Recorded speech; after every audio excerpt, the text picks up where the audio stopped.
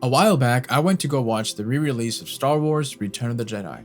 Now, the last time I saw this movie was probably 10 years ago, and this was the first time I saw an original trilogy movie in theaters. I used to rewatch the Star Wars saga all the time when I was a kid, especially the prequels. But as I got older, I realized how weird the dialogue was aging, so I kind of stopped watching them to not ruin the experience. You know how as a kid you loved a certain movie and then you grow up and you watch it again and realize it wasn't as good as you remembered? It's kind of like that. Since it had been a while, I approached this viewing as if I was watching it for the first time. And let me tell you, it was a very nostalgic experience, especially on the big screen. Oddly enough, it felt fresh. The VFX, the writing, the music, it all aged like fine wine. However, I didn't realize how much comedy was in this movie. It kinda caught me off guard, to be honest. The quippy and cheesy dialogue was not cringy though, it gave the movie a certain charm to it, a characteristic that the original movies had throughout the trilogy. Nevertheless, I had a wonderful time. However, it got me thinking. Why do most modern Star Wars projects feel like a parody of Star Wars? Now, before I continue, here's a disclaimer for those who are chronically online. It is okay to not like certain Star Wars projects, and it is also okay to like certain Star Wars projects. People like different things. I personally find it a little silly when people call each other a Disney shill or a hater peers just because they disagree with each other's opinions. Now, let's continue. Now, what do I mean by saying Star Wars feels like a parody? Well, Disney for almost a decade now has been trying to replicate this certain charm that Star Wars had in the original 6-movie saga. It's a bit difficult to put into words if I'm being honest, but it's a certain feeling you get when you're experiencing a Star Wars movie. Let me try to explain by showcasing two scenes. One will be from Revenge of the Sith, and the other will be from The Empire Strikes Back. In Revenge of the Sith, that opening scene is an epic showcasing of a galactic conflict, demonstrating the peak of war between two political factions that have been in war for the past 2 movies. In the middle of all that, we see Obi-Wan Kenobi and Anakin Skywalker, just 2 mates, 2 buddy old pals who will never fight each other, maneuvering their way through the battlefield to complete their mission, which is to save Chancellor Palpatine. It's literally a Star War. That opening scene is probably one of the best scenes from the prequels, and while watching it, it just feels like Star Wars. Another example is in The Empire Strikes Back when Luke is training with Yoda. One of his tests is to pull his X-Wing out of the swamp. He can't. He isn't connecting with the Force and is struggling to believe such power even exists. And then you see a fragile old Yoda prove him wrong. He slowly levitates the ship and pulls it out. Combined with an absolute masterpiece of a soundtrack and the stunning VFX, this scene becomes iconic.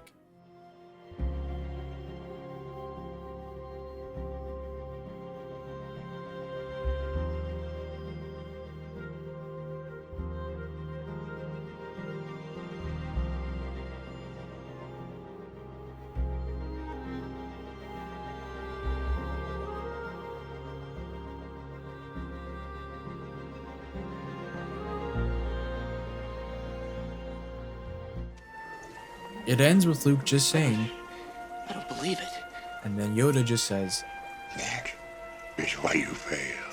there's just something about that hits different. It just feels like Star Wars. Now, some of you may say, well, duh, I think you're just being nostalgic. And you know what? No. Well, look, I can't deny that there's something sentimental about the original 6-movie saga.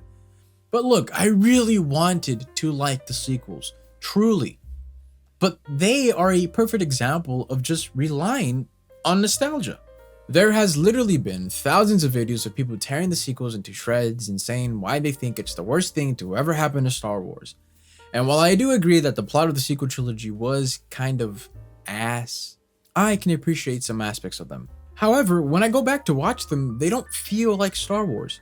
Maybe The Force Awakens. That movie is the perfect example of pulling all the nostalgic tropes while only introducing a few new ideas. That one is a borderline parody of Star Wars. It's basically Bizarro: A New Hope. It is a very familiar story, but a good introduction to the continuation of the saga. But that is when Star Wars began to dilute itself. The Last Jedi tried to kill the nostalgia by turning everything upside down while also mimicking certain story beats from The Empire Strikes Back. And as we all remember, that movie completely divided the fandom. It felt like the days of people hating on the Phantom Menace again.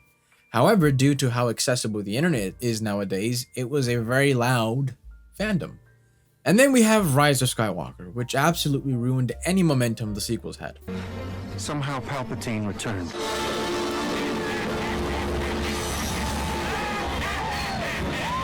Disney really used all its eggs from the basket to create a burnt omelet. The whole movie was them trying to shake keys in front of the audience and basically do the whole sequel trilogy in one movie. They brought back Palpatine, Luke, Lando, Han, Death Star tech, a big old finale battle, and basically every fan favorite Jedi.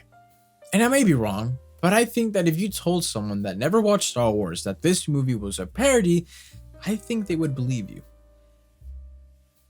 I still cannot believe that movie was the final story to a 9-movie saga.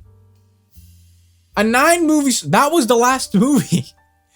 And look, I envy those who enjoyed that trilogy.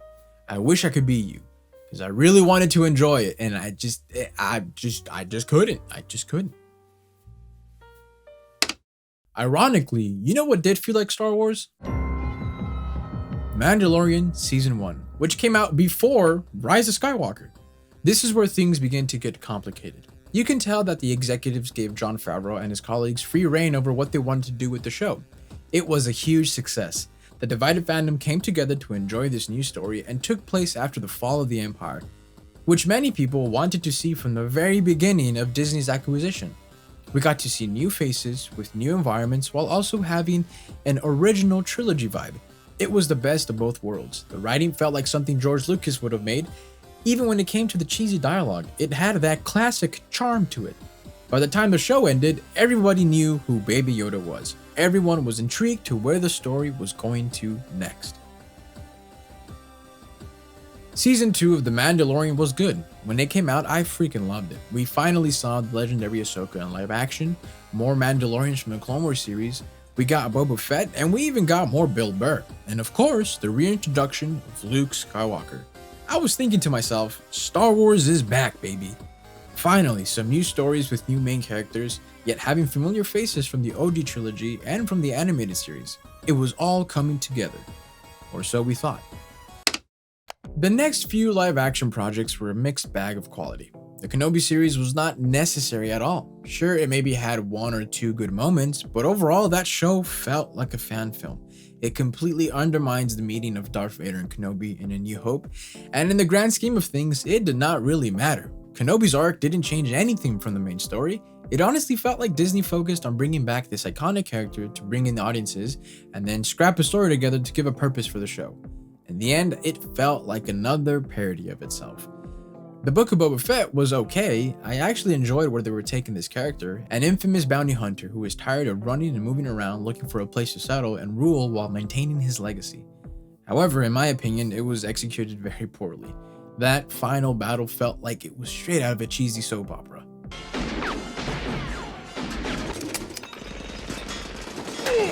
And then we have Andor.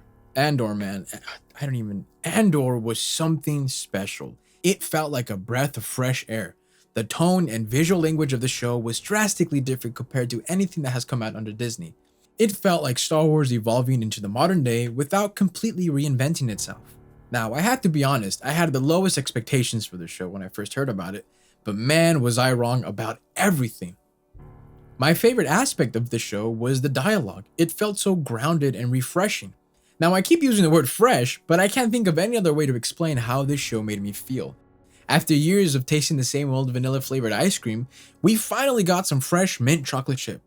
It just felt like Star Wars. The show wasn't trying to replicate what the prequels did or what the originals did. Instead, it displays the complexities of good versus evil. We see the spark that lights the fire of the rebellion and the many sacrifices that came with it. The Empire actually feels evil and oppressive. We get to see how tyrannical the rule is upon the galaxy. The show actually has stakes, people actually die, and characters' decisions have consequences. I mean, the whole reason why this story exists is because Andor is running away from his crimes that he committed, which leads to a butterfly effect of events that pushes the story forward. Overall, the show stood on its own while also feeling familiar. If you haven't watched it, just stop what you're doing and go experience the story as soon as possible. I cannot recommend it enough. Mandalorian Season 3. Jesus Christ, I don't even know what to say about this show. It was so disappointing. It was a prime example of what happens when studio execs butcher a show. That they wanted more Grogu in this season, and the showrunners had to work around it somehow. It completely undermined what the last 2 seasons were building up to, and to be honest, it ruined any momentum that franchise had. I really don't know what else to say about it. The show was just so underwhelming. And now we have the Ahsoka show. I was never really excited about this show. I was more skeptical than anything else. I knew Dave Filoni was going to be showrunning the series, and I guess that eased my skepticism, but not by a lot. Filoni did create the Clone Wars series, which is basically my entire childhood. However, his writing for live action is a bit iffy. So, was Ahsoka the saving grace Star Wars needed? Kind of. I thought the show was okay. It reintroduced the Rebels crew and some new interesting characters. Thrawn was also introduced into live action, and we got to see Anakin again. It was all fine, I think. I mean, we saw a lot of familiar characters. Ezra was finally saved from the unknown regions of space. Oh, wait, excuse me. He was saved from a whole new galaxy, which I think was kind of glossed over like nothing.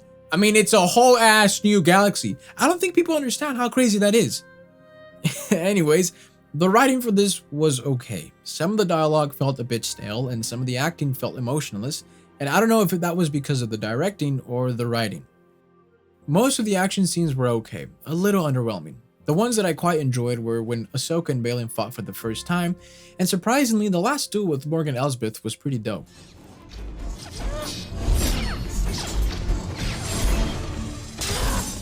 I think the reason why most of the fight scenes were a bit underwhelming probably was due to the production budget and how much time they could dedicate to a fight. I know a majority of the fans quite enjoyed this show, especially the Clone Wars flashbacks. And I know I might get crucified for saying this, but I didn't really like the flashbacks. They felt a bit jarring, almost uncanny, if that makes any sense. In all honesty, I think the show overall would have been much better if it was animated and if it had the same quality as Season 7 of the Clone Wars. Ironically, the only thing that I truly enjoyed about this show was Baylan Skoll and Shin Hati. The mysticism of these new characters were exciting. Also, rest in peace to Ray Stevenson. That man absolutely embodied his character and brought a certain presence anytime he was on screen. The Ahsoka show was okay. Yes, we got to see more Anakin again and the Clone Wars in live action, but to me it felt like more unearned fan service. And that really sucks to say because I really wanted to love this show. I wanted to be as excited as everyone else, but I just couldn't. In my opinion, I think Star Wars is having an identity issue. It needs to evolve into something new. It can't keep making mediocre live-action projects that try to appease all the fans.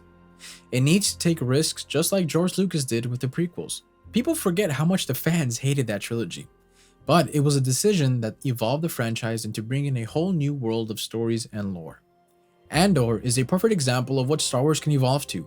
It proved that the Star Wars galaxy is capable of having more complex and nuanced stories. It doesn't necessarily need to take place in a whole different timeline to feel new, but it also doesn't need to try and replicate the charm that the older movies had. Andor felt like an evolution of something we've been familiar with for years. The same high-stakes tension that is displayed in the OG trilogy with Luke and Vader is also present between the main characters and Andor because there was actual consequences to their decisions. The galaxy in that show felt vast and expansive. The Empire felt like the tyrannical oppressor that will do anything to get what they want. Ahsoka does introduce new ideas while also feeling familiar. However, it still uses the past to drive excitement. There are barely any consequences from the characters' decisions, and the whole show plays it safe without taking any risks. I hope that for the future of Star Wars, the studio finds a medium between Andor and Ahsoka and expand on stories that we've never seen before. I know the loud majority of fans want to see more prequel-era stories or more Darth Vader or more Luke stories, etc. But if we never open ourselves to trying something other than vanilla ice cream, then we will never know that mint chocolate chips exist, or frozen yogurt, or the hundreds of other delicious frozen desserts, and how good they taste.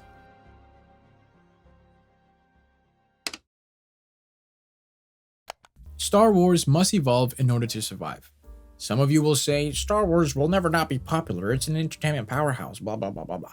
But I mean, look at the MCU. It's been losing momentum since Endgame. It's a franchise that stopped taking risks and started following their own formula on how to make a superhero movie, to the point now that their movies feel like a parody of themselves. Look, I can go on and on and on about why Star Wars needs to evolve, but I'll just end it with this. You aren't the same person you were 10 years ago, or 5 years ago, hell, maybe even 6 months ago. People evolve and change, and those who don't peaked in high school. The franchise doesn't need to try so hard to please all the fans by continuing to jingle keys in front of our faces for some fan service and quick gratification. Star Wars isn't the same as it was years ago. It's supposed to evolve, just like you have. Now, during the writing of this script, news has come out that Dave Filoni is now the chief creative officer of Lucasfilm. And I will still remain skeptical, just based on the fact on how I feel about Ahsoka. I hope he does not keep playing it safe. I hope he encourages taking risks with the franchise. And I just hope for the best, basically. I feel like this will change things up in a good way for the franchise for the future. But yeah, that's about it. Thank you so much for watching. Comment down below on what your thoughts are about the current state of Star Wars. And I hope you guys enjoyed this one. I'll see you guys next time.